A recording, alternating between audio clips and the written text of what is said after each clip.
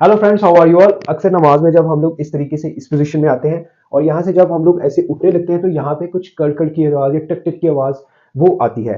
वो उस तो आपने करना क्या है बेसिकली कि इस तरीके से बैठते हुए अपनी स्पाइन को बिल्कुल स्ट्रेट रखते हुए यहाँ पे इसको आपने इस तरीके से नीचे की तरफ आपने इसको करना है। ये एड़ी यहीं पे आपकी रहेगी और इस तरीके से आपने इसको ऐसे प्रेस करना है नीचे। 1 2 3 इसके साथ आप ये जो निचला हिस्सा है इसका, इसके साथ आप इसको कर सकते हैं। 5 टाइम कर सकते हैं, 10 टाइम कर सकते हैं। फिर इसको आप 5 दफ़ा कर लें, 10 दफ़ा कर लें और इसको 5-5 या 6-6 या 7-7 सेकंड्स के हवाले से आप इसको इस तरीके से परफॉर्म कर सकते हैं।